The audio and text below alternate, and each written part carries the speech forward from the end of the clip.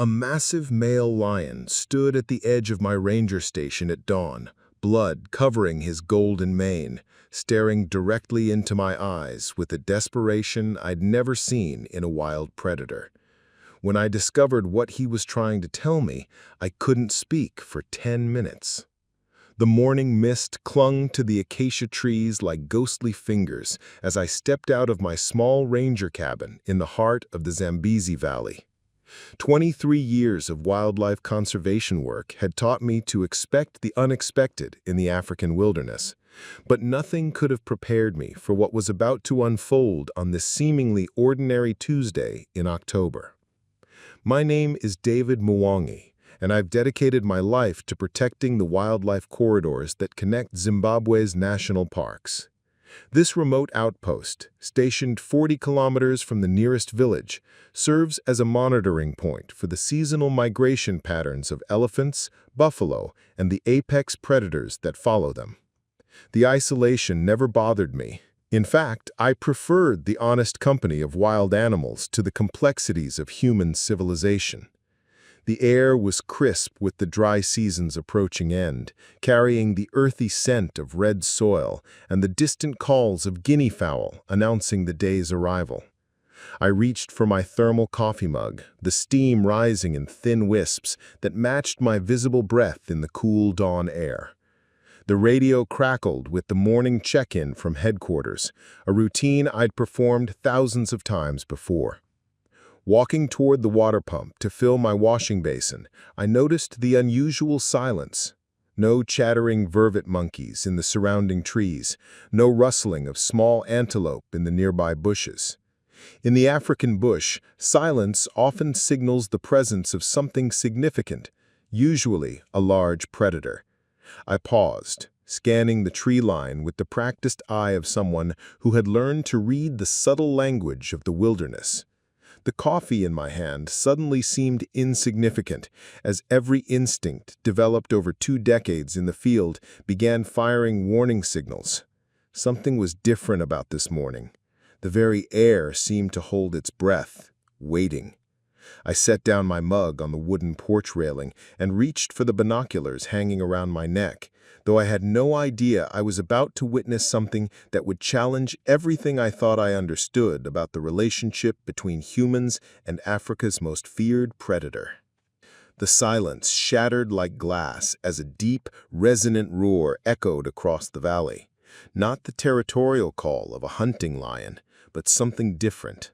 Something that carried an undertone I'd never heard before in 23 years of fieldwork. The sound seemed to vibrate through my chest, primal and urgent, demanding attention rather than announcing dominance. I grabbed my rifle from inside the cabin, not out of aggression, but pure protocol. A roaring lion near a ranger station meant potential danger, especially during the dry season when water sources drew desperate animals into close contact with human settlements. But as I stepped back onto the porch, weapon in hand, what I saw defied every textbook I'd ever read about African lion behavior. A massive male lion emerged from the acacia grove, walking directly toward my station with purposeful, deliberate steps. This wasn't the cautious approach of a curious predator or the stalking gait of a hunter. He moved like an animal with a mission, his powerful shoulders rolling beneath a blood-stained golden mane that caught the early morning light. Dark crimson streaks painted his magnificent coat, and his amber eyes were fixed unwaveringly on me. My heart hammered against my ribs as 20 meters became 15, then 10.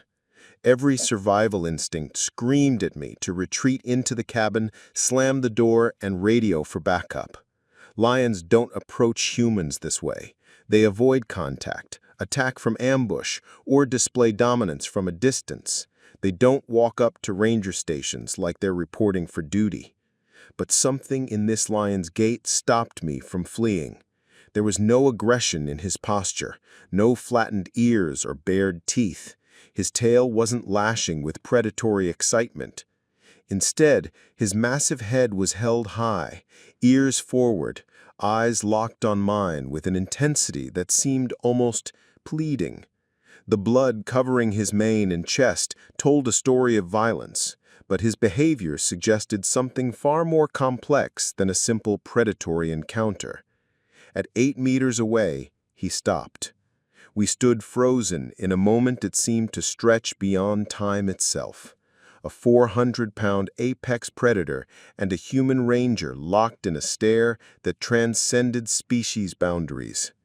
In his golden eyes, I saw something that challenged everything I thought I knew about wild lions: intelligence, desperation, and unmistakably, a request for help. Every fiber of rational thought told me to back away slowly, maintain eye contact, and reach for the radio to call for immediate assistance. Protocol demanded that I treat this as a dangerous wildlife encounter requiring emergency response. But standing there, staring into those amber eyes filled with what could only be described as anguish, I faced an impossible decision that went against decades of training. The lion took another step closer, now just 6 meters from my porch. At this distance, I could see the intricate details that made my blood run cold. The crimson staining his mane wasn't just blood, it was fresh, still glistening in the morning sun. Deep scratch marks scored his massive shoulders, evidence of a violent struggle. But most disturbing of all, he carried something in his mouth that I couldn't quite identify from my angle. My finger hovered over the radio's emergency button, while my other hand gripped the rifle. Standard procedure was clear: never engage with aggressive wildlife, always maintain safe distance, call for backup immediately. But this lion wasn't displaying aggression. Instead, he lowered his enormous head and gently placed something on the ground between us before stepping back several paces. A cub, motionless, bloodied, barely breathing. The sight hit me like a physical blow to the chest. This wasn't random lion behavior. This was a father bringing his dying child to the only source of help he knew. The impossibility of the situation crashed over me in waves. Lions don't seek human assistance. Male lions, especially, are known to sometimes kill cubs that aren't their own. Yet here stood a massive patriarch, bloodied from what appeared to be a desperate fight, carrying his injured offspring to a human settlement. My training warred violently with my conscience. Approaching meant entering the kill zone of Africa's most dangerous predator. Staying meant watching a helpless animal die while its father pleaded for intervention. The radio crackled with routine morning chatter from other stations, their normalcy seeming surreal against this unprecedented crisis unfolding in my front yard. The lion stepped back further, his eyes never leaving mine, then did something that nearly brought me to my knees. He lay down, lowering his massive frame in a gesture of complete vulnerability, and waited. In that moment, I realized I wasn't just choosing between safety and compassion. I was choosing what kind of person I would be when faced with the impossible. Against every instinct screaming at me to retreat, I slowly set my rifle against the porch railing and took my first step down toward the bloodied cub. The father lion's massive head tracked my movement, but he remained perfectly still in his submissive position, golden eyes watching with an intensity that seemed to bore straight through to my soul. Each step felt like crossing into another realm entirely, where the established rules of predator and prey dissolved into something far more profound. The morning air felt electric with tension as I approached the motionless form lying in the red dust. At 3 meters away, I could finally see the extent of the cub's injuries. Deep puncture wounds along his tiny rib cage, a mangled hind leg bent at an unnatural angle, and labored breathing that barely lifted his small chest. The adult male never moved, but I could feel his presence like a force of nature behind me.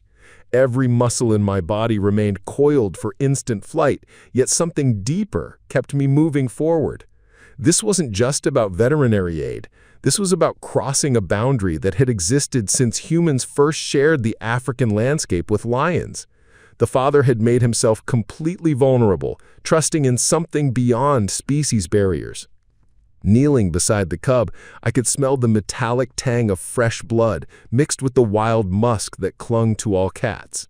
The little one's amber eyes flickered open briefly, unfocused and glazed with pain, before closing again. His breathing was shallow and rapid, the kind of respiratory distress that indicated internal injuries beyond anything I could treat with basic field medical supplies. Behind me, the adult lion made a sound I'd never heard before. Not a roar, not a growl, but something between a whimper and a rumble that seemed to vibrate through the ground itself. It was the sound of a parent watching their child suffer, universal across species lines. When I turned to look at him, tears had formed tracks through the dust on his massive face. My hands trembling with adrenaline and emotion, I slowly removed my field vest and carefully wrapped it around the tiny form. The cub was dying, and we both knew it. But something had fundamentally shifted in this moment. I was no longer just a ranger following protocol. I had become part of something larger, older, and more sacred than any human law or safety regulation. Cradling the dying cub against my chest, I felt the weight of an impossible responsibility settling on my shoulders. The nearest veterinary clinic was 3 hours away over rough terrain, and even then, the injuries appeared far beyond what rural facilities could handle. But looking into the father lion's expectant eyes, retreat was no longer an option. I had committed to this path, and now I had to find a way forward. My satellite phone had barely 2 bars of signal, but I managed to connect with Dr. Elena Vasquez at the Wildlife Rescue Center in Harare. Her voice crackled through the static as I described the situation. A wild male lion had brought his critically injured cub to my station and was waiting for help. The long pause on the other end told me she was processing the impossibility of what I'd just described. "David, you know this isn't normal lion behavior," she finally said, her voice tight with concern. "Male lions don't typically exhibit paternal care to this degree, and they certainly don't seek human intervention. Are you absolutely certain you're safe?" Behind me, the father lion had shifted position slightly, now lying on his side to keep watch while maintaining his submissive posture. Dried blood matted his magnificent mane, and fresh scratches across his flanks told the story of a violent encounter, probably with other males trying to take his territory and eliminate his offspring. He had fought for his cub's life and lost, then made the unprecedented decision to seek help from the only other species intelligent enough to provide it. The cub's breathing grew more labored in my arms, each tiny gasp a reminder that time was running out. Dr. Vasquez walked me through emergency stabilization procedures over the phone, checking for internal bleeding, immobilizing the damaged leg, monitoring vital signs. But we both knew these were temporary measures at best. The cub needed surgery, blood transfusions, and round-the-clock intensive care that simply didn't exist in the remote bush. As I worked to stabilize the tiny patient, the adult lion's eyes never left us. Occasionally, he would make that soft rumbling sound again, a gentle encouragement that seemed to say, "Keep trying, please don't give up." The trust he had placed in me felt heavier than anything I had ever carried. This magnificent predator had chosen to abandon every instinct evolution had given him, betting his cub's life on human compassion. The distant rumble of helicopter rotors cutting through the morning air brought the first real surge of hope I'd felt since this extraordinary encounter began. Dr. Vasquez had managed to convince the Wildlife Emergency Response Team to authorize an unprecedented airlift, though she warned me that convincing them to land with a wild lion present would be another challenge entirely. As the helicopter approached, the father lion's demeanor shifted dramatically. His massive head lifted, ears swiveling toward the mechanical intrusion, muscles tensing beneath his bloodied coat. But instead of fleeing as any rational wild animal would, he rose to his feet and positioned himself between the landing zone and his cub, creating a protective barrier. His intelligent eyes darted between the descending aircraft and me, as if calculating whether this new development represented help or threat. The pilot's voice crackled through my radio with understandable concern. "David, we can see the lion from up here. We cannot land with an active predator in the vicinity. You need to create distance between yourself and that animal immediately." I found myself in an impossible position, torn between safety protocols and the trust that had been placed in me by this desperate father. The cub's breathing had grown even shallower in my arms, each tiny gasp a reminder that time was running out. Making a decision that went against every regulation in the handbook, I stood slowly with the cub still wrapped in my vest and began walking toward the designated landing area. Behind me, the massive lion followed at a respectful distance, his movements deliberate and controlled despite the chaos of rotor wash and dust swirling around us. The helicopter crew watched in stunned silence as this unprecedented procession moved across the landing zone. A ranger carrying a dying lion cub, while the father maintained a protective escort just meters away. Dr. Vasquez emerged from the aircraft with her emergency medical kit, her face displaying the same mixture of awe and disbelief that I felt in my core. "In 30 years of wildlife rescue," she whispered as she began examining the cub, "I have never seen anything like this. He's not just allowing us to help, he's actively participating in his cub's rescue." The father lion settled into a sphinx position 20 meters from the helicopter, close enough to observe, but far enough to demonstrate his peaceful intentions. Dr. Vasquez worked with practiced efficiency, her hands moving quickly over the cub's tiny frame as she assessed the full extent of his injuries. The news was worse than I'd feared: internal bleeding, possible spinal damage, and signs of severe dehydration from blood loss. Even with immediate surgical intervention, she estimated the cub's chances of survival at less than 30%. "We need to get him to the surgical facility immediately," she said, preparing a makeshift stretcher. "But David, there's something else. These aren't typical territory fight wounds.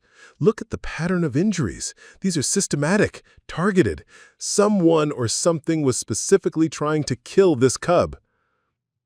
As we prepared for the emergency transport, an unexpected complication arose. The father lion stood up and began walking directly toward the helicopter, his massive paws carrying him closer than any wild predator should dare approach human machinery.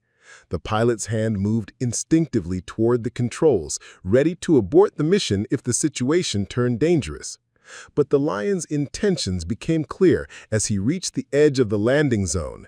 He lowered his great head and released a sound that cut through the helicopter noise, a deep, mournful call that seemed to echo across the entire valley. It was a farewell, a blessing, and a plea, all wrapped into one heartbreaking vocalization. Dr. Vasquez paused in her preparations, tears visible in her eyes. "He knows we're taking his cub away. He's saying goodbye." The moment stretched into something timeless as the magnificent predator approached the helicopter's open door where his unconscious cub lay on the emergency stretcher. With infinite gentleness, he touched his massive nose to the tiny form one last time, then stepped back and sat down, his golden eyes fixed on the aircraft with unwavering attention. As the helicopter lifted off, I watched through the window as the father lion remained motionless below, a solitary figure growing smaller against the vast African landscape. But something unexpected was happening on the ground. Other lions were emerging from the bush, females, subadults, even elderly males, forming a semicircle around the waiting father. Word had somehow spread through the Pride network that something unprecedented was occurring. The last image I saw before we flew beyond sight was an entire Pride maintaining vigil, united in their support for a father who had done the unthinkable to save his child. The surgical suite at the Harare Wildlife Medical Center became the focal point of an international effort as Dr. Vasquez and her team worked through the most complex operation they'd ever attempted on such a young lion. The cub, now named Jengo, meaning building in Shona, fought for every breath as surgeons repaired internal bleeding, reset his shattered leg, and addressed spinal compression that threatened permanent paralysis. For 18 hours, the medical team battled against odds that seemed insurmountable. News of the unprecedented rescue had spread rapidly through wildlife conservation networks, drawing expertise from veterinarians across 3 countries who offered consultation via video link. The story of a wild lion father seeking human help had captured global attention, but for those of us in the surgical suite, the world had narrowed to the rhythmic beeping of monitors and the steady determination of Jengo's tiny heart. The breakthrough came at dawn on the second day. Jengo's vital signs stabilized, his breathing deepened, and for the first time since the rescue, his amber eyes opened with clear focus. Dr. Vasquez's exhausted smile told the story before her words could. The cub would survive, though the extent of his recovery remained uncertain. But the true resolution was yet to come. As we prepared for Jengo's transport to a specialized rehabilitation facility, my satellite phone rang with an urgent call from my replacement ranger at the station. The father lion hadn't moved from the helicopter landing zone. For 3 days, he had maintained his vigil, refusing food brought by his pride, drinking only from a nearby stream, his eyes constantly scanning the sky. "David, you need to come back," the young ranger said, his voice tight with concern. "He's not leaving. The entire pride has established a permanent camp around the landing zone. It's like they're waiting for news." The decision to return wasn't difficult. It was necessary. Dr. Vasquez agreed to accompany me with portable monitoring equipment, understanding that this story couldn't end with simply saving the cub's life. The bond that had been forged between species demanded resolution, closure, and perhaps something even more profound. As our helicopter approached the familiar landscape of my ranger station, I could see them below, not just the father lion, but an entire pride arranged in a protective circle around the landing area, their golden forms creating a living mandala of hope and faith in the African dust. The helicopter's descent stirred the red dust into swirling clouds, but not a single lion moved from their positions around the landing zone. As we touched down, I could see the father's massive frame rise from where he'd been lying, his amber eyes immediately scanning our aircraft for any sign of his cub. The anticipation radiating from his powerful form was palpable, a mixture of hope and dread that transcended species barriers. Dr. Vasquez emerged from the helicopter, carrying a specialized transport incubator containing young Jengo, now stable but still requiring careful monitoring. The father lion's reaction was immediate and profound. His entire body language shifted from patient waiting to intense focus, every muscle fiber attuned to the small form visible through the incubator's transparent walls. What happened next challenged every scientific understanding of lion behavior documented in wildlife literature. The father lion approached slowly, his massive paws silent on the dusty ground, until he was close enough to see his cub clearly. Jengo, though weak, responded to his father's presence with a barely audible mewing sound that carried across the silent gathering like a trumpet call of reunion. The pride's response was unlike anything Dr. Vasquez had witnessed in her decades of African wildlife research. The assembled lions began a low, harmonious rumbling, not roars, but a collective purring that seemed to vibrate through the very earth itself. It was a celebration, a thanksgiving, a recognition that the impossible had occurred and life had been preserved through the unprecedented cooperation between two apex species. But the most remarkable moment came when the father lion, with infinite gentleness, extended his massive head toward the incubator. Jengo, despite his injuries and weakness, pressed his tiny paw against the transparent barrier separating him from his father. For several minutes, they remained connected through that thin wall, father and son reunited against all odds. Dr. Vasquez quietly explained to the assembled pride, as if they could understand, that Jengo would need several more months of rehabilitation before he could return to the wild. The father lion seemed to process this information, then did something that left us both speechless. He touched his nose to the incubator one final time, stepped back, and gave what could only be described as a nod of understanding and gratitude. The trust had come full circle, and somehow, impossibly, it had been rewarded. 6 months later, I received the call I'd been waiting for. Jengo had made a complete recovery, defying every medical prediction. His leg had healed perfectly, his spirit was strong, and Dr. Vasquez declared him ready for release. But returning him to the wild would require one final, extraordinary moment. We transported Jengo back to the exact spot where his father had first brought him for help. I wasn't sure the pride would still be in the area. Lions are nomadic, following prey and water across vast territories. But as our helicopter approached the familiar landscape, my heart nearly stopped. They were there, all of them, waiting. The father lion stood at the center of the group, his magnificent mane now fully healed from the wounds he'd sustained protecting his cub. When we opened Jengo's transport crate, the young lion bounded out with the confidence and strength of a healthy predator, rushing immediately to his father's side. The reunion was pure joy. Rolling, playing, nuzzling, and that incredible harmonic purring that seemed to celebrate life itself. But what happened next gave me chills that I still feel today. The entire pride approached me, one by one, each lion making eye contact and offering what could only be described as a gesture of thanks before returning to their family circle. As I watched them disappear into the acacia forest, father and son running side by side, I realized I had witnessed something that would change how we understand the emotional intelligence of wild animals forever.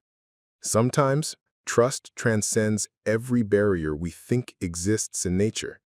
This story proves that compassion is a universal language spoken by every species on Earth.